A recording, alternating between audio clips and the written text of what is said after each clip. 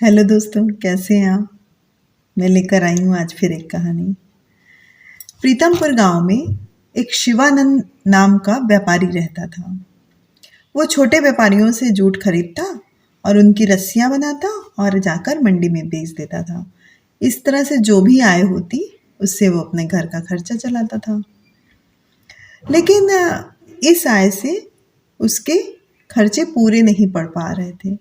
तो उसने सोचा कि बाहर जो ज़मीन पड़ी हुई है उसमें क्यों ना आम के कुछ पेड़ लगा दिए जाए। उससे जब फल होगा उसे बेचकर अतिरिक्त आमदनी हो जाया करेगी। ये सोचकर उसने बाहर की ज़मीन पर गड्ढे खोदने शुरू किए। शिवानंद गड्ढे खोदता जाता था और उसकी पत्नी उसमें आम के पौधे लगाती जाती थी। इस तरह से जब 4 पौधे उसकी पत्नी ने लगा दिए और शिवानंद जब 5वां गड्ढा खोद रहा था, तभी अभी कुछ खोदने पर ही उसमें कुछ हलचल सी हुई। शिवानंद घबरा गया, क्या है इसके अंदर? उसकी पत्नी भी डर गई। उसने सोचा शायद कोई भूत है, कोई जानवर है कि क्या है। लेकिन शिवानंद थोड़ा बहादुर किस्म का था। उसने कहा मैं मिट्टी हटाकर देखता हूँ आखिर इसके अंदर है क्या। तो शिवानंद ने वो गड्ढा पूरा खोदा और जब उसने पूरा गड्ढा खोद लिया तो उस गड्ढे के अंदर से एक मटका निकला जो कि असरफियों से भरा हुआ था।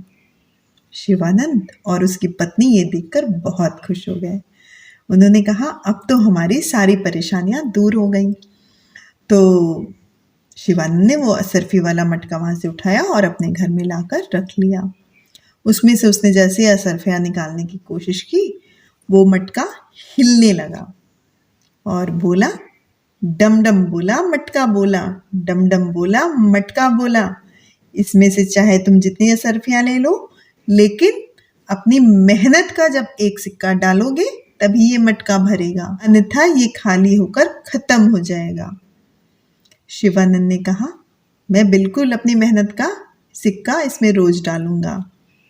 और इस तरह से उसमें से असरफियाँ निकाल कर शिवानंद ने बहुत सारे अपनी ज़रूरतें पूरी कर लीं। मकान बनवा लिया, बच्चे की पढ़ाई में लगा लिया, कुछ खेत खरीद लिए और उसकी जीविका बहुत आराम से चलने लगी। और वो कभी नहीं भूलता था उस मटके के अंदर अपनी मेहनत की कमाई का एक सिक्का डालना, और मटका फिर भर जाता था।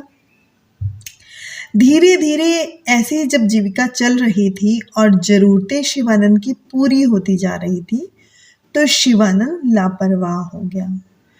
उसने उसमें से सिक्के निकाले तो, लेकिन उसमें डाला नहीं। सोचा कि अरे ठीक है ना, फिर डाल दूंगा मैं, अभी तो इसमें बहुत सारी असरफियाँ बाकी हैं। इसी तरह से कई दिन बीत रहे थे और जब भी वो उसमें से सिक्का निकालता था, मटका उसे चेतावनी जरूर दे देता था। डम डम बोला मटका बोला, इसमें से असरफियाँ लेना चाहो तो ले लो, लेकिन अपनी मेहनत का एक सिक्का जरूर डाल देना, तभी ये मटका भरेगा। शिवानंद ने उसकी बात सुनी अनसुनी कर दी और इस तरह से जब उसमें थोड़े से ही सिक्के बचे तो शिवानंद को लगा कि अब तो कुछ करना ही पड़ेगा, नहीं तो ये मटका तो पूरा खाली हो जाएगा। उसने क्या किया, उसने उसमें से और कुछ सिक्के निकालकर एक सिक्का सिर्फ छोड़ दिया और उससे उसने थोड़ा सा जूट खरीदा, उसकी रस्सियाँ बनाई और सोचा कि उसे मंडी में ले जाकर बेच दूंगा और उससे जो पैसे मिलेंगे उससे मैं सर्फी खरीद कर इसमें डाल दूंगा।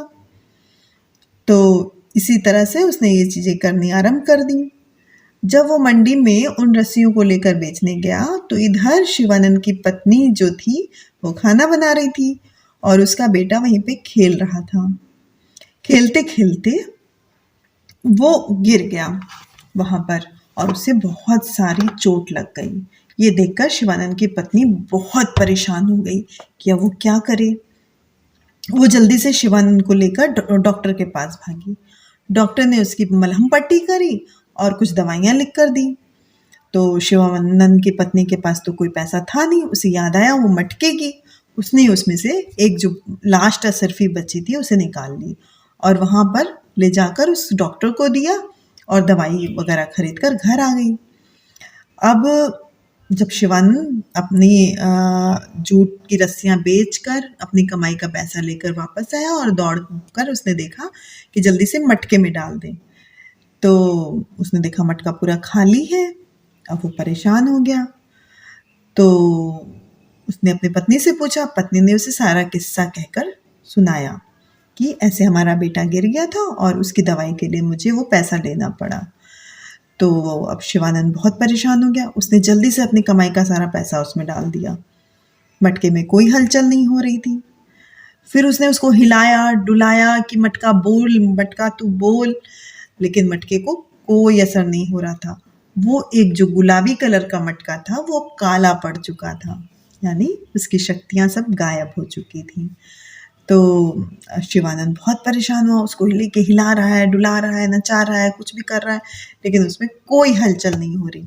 इस तरह करते करते उसके शिवानंद के हाथ से वो मटका गिरकर टूट गया और शिवानंद के पास पछताने के सिवा कुछ भी नहीं बचा था।